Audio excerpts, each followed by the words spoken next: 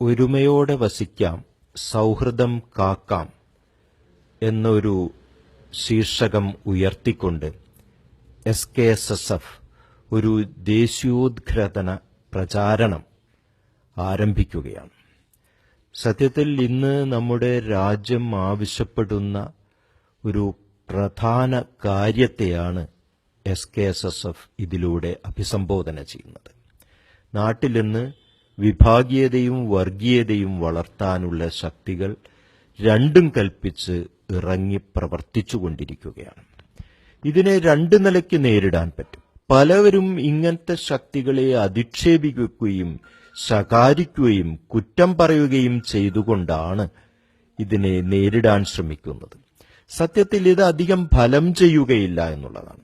കാരണം അധിക്ഷേപം, ശകാരം ഒക്കെ പലപ്പോഴും ഇങ്ങനെയുള്ള ശക്തികളെ വളർത്തുകയാണ് ചെയ്യാറുള്ളത്. തിന്മയെ തിന്മ കൊണ്ടല്ല, തിന്മയെ നന്മ കൊണ്ടാണ് നേരിടേണ്ടത് എന്ന മതങ്ങളുടെ അടിസ്ഥാനപരമായ തത്വത്തെ ഉൾക്കൊണ്ടുകൊണ്ടാണ് SKSSF ഈ തിന്മയുടെ ശക്തികളോട് നേരിടാൻ ഒരുങ്ങിയിരിക്കുന്നത്. നാം തിന്മയുടെ ശക്തികളെ ശകാരിക്കുന്നതിനു പകരം, അധിക്ഷേപിക്കുന്നതിനു പകരം നന്മയുടേതായ വലിയൊരു ആത്മീയ മണ്ഡലം കെട്ടിപ്പടുത്തു കഴിഞ്ഞാൽ തിന്മയെല്ലാം സ്വാഭാവികമായും തിരോഭവിക്കുകയും തന്നെ ചെയ്യും. അപ്പോ ഇന്ത്യയിൽ വർഗീയതയും വിഭാഗീയതയും സൃഷ്ടിക്കാൻ ശ്രമിക്കുന്നവരോട് ഇന്ത്യയുടെ സഹസ്രാബ്ദങ്ങളായിട്ടുള്ള ചരിത്രം വിഭാഗീയതയുടെയും വർഗീയതയുടെയുമല്ല, പരസ്പരം കൂടിക്കഴിയലിൻ്റേതാണ്.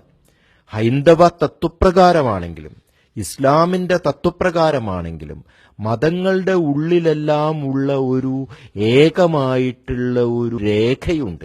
അതാണ് ഇസ്ലാം ഉദ്ഘോഷിക്കാറുള്ളത്.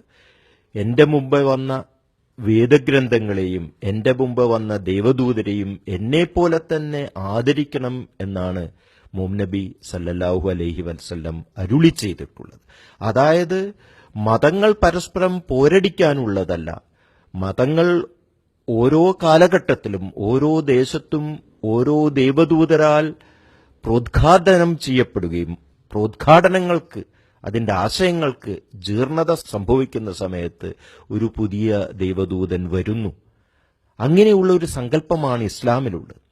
ഹൈന്ദവതയിലും ഇങ്ങനെ തന്നെയാണ്. എവിടെ ധർമ്മത്തിന് ഗ്ലാനി സംഭവിക്കുന്നുവോ അവിടെ ഞാൻ അവതരിക്കും. ഈ ഞാനെന്ന് സാഹിത്യഭാഷയിൽ പറയുകയാണ്. ഞാനെന്ന് പറഞ്ഞാൽ ദൈവം എന്നല്ല അർത്ഥം, ദൈവത്തിന്റെ സന്ദേശവാഹകൻ എന്നാണ് അതിന്റെ അർത്ഥം.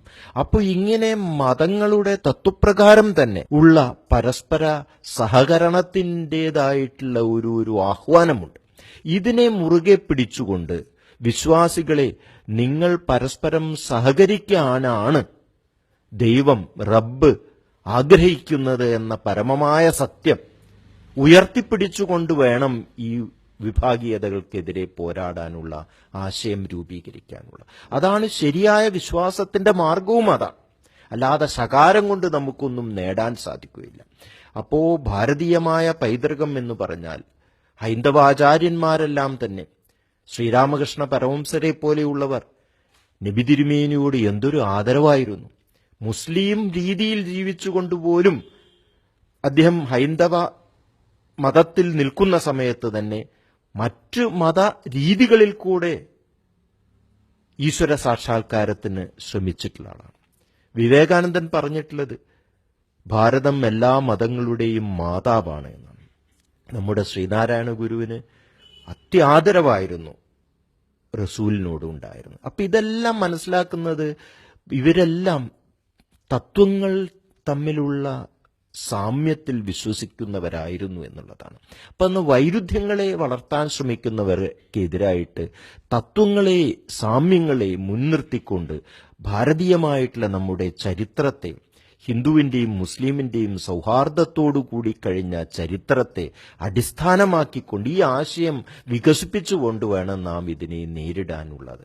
ഇങ്ങനെയുള്ള ഒരു വലിയ വെളിപാടിൽ നിന്നാണ് സത്യത്തിൽ SKSSF ഇങ്ങനെയൊരു ദേശീയോദ്ഗ്രഥന പ്രചാരണം തുടങ്ങിയിരിക്കുന്നത് എന്നാണ് ഞാൻ മനസ്സിലാക്കുന്നത്. പ്രധാനപരമായിട്ടുള്ള മതവിശ്വാസത്തിന്റെ തത്വങ്ങൾ ഊന്നിക്കൊണ്ടുള്ള ഇങ്ങനെയുള്ള പ്രചാരണ പരിപാടികളാണ് ദീർഘകാലാടിസ്ഥാനത്തിൽ ഫലം നൽകുക. SKSSFന് തീർച്ചയായിട്ടും അങ്ങനെയുള്ള ഒരു സൗഹാർദ്ദത്തിൻ്റെതായിട്ടുള്ള ഈ ദേശത്തിനോട് ചേർന്ന് നിന്നുകൊണ്ടുള്ള ഭാരതീയമായ സംസ്കാരത്തിനോട് ഉൾച്ചേർന്നുകൊണ്ടുള്ള ഒരു പാരമ്പര്യം SKSSFനുണ്ട്. അപ്പോൾ അത് വളരെ എളുപ്പമാണ് പിന്നെ മറ്റുള്ളവരിലേക്ക് പ്രസരിപ്പിക്കാൻ വേണ്ടിയിട്ടുള്ളത്. ഇസ്ലാം അതുതന്നെയാണ് പറയുന്നത്. എല്ലാ ദേശത്തിൻ്റെയും ആചാരങ്ങൾ പോലും ദൈവദത്തമായി അറിഞ്ഞ് സ്വീകരിച്ചുകൊണ്ട് ഓരോ ദേശത്തും അതിൻ്റെ സംസ്കാരങ്ങൾ ഉൾക്കൊണ്ടുകൊണ്ടുള്ള ഒരു ഇസ്ലാമിനെയാണ് അടിസ്ഥാനപരമായിട്ട് ഇസ്ലാം സങ്കല്പിക്കുന്നത്. അതിനോട് ചേർന്ന് നിൽക്കുന്ന ഈ പ്രസ്ഥാനത്തിൻ്റെ ഈ ഉദ്യമം ദൈവത്തിൻ്റെ കൃപാകടാക്ഷങ്ങളാൽ വിജയിക്കുക തന്നെ ചെയ്യും എന്ന് ഞാൻ വിശ്വസിക്കുന്നു. അതിന് എല്ലാ ആശംസകളും നേരുന്നു. നിങ്ങളുടെ വിജയത്തിനായി ഞാൻ ഹൃദയം നിറഞ്ഞ പ്രാർത്ഥനകൾ ഉയർത്തുന്നു.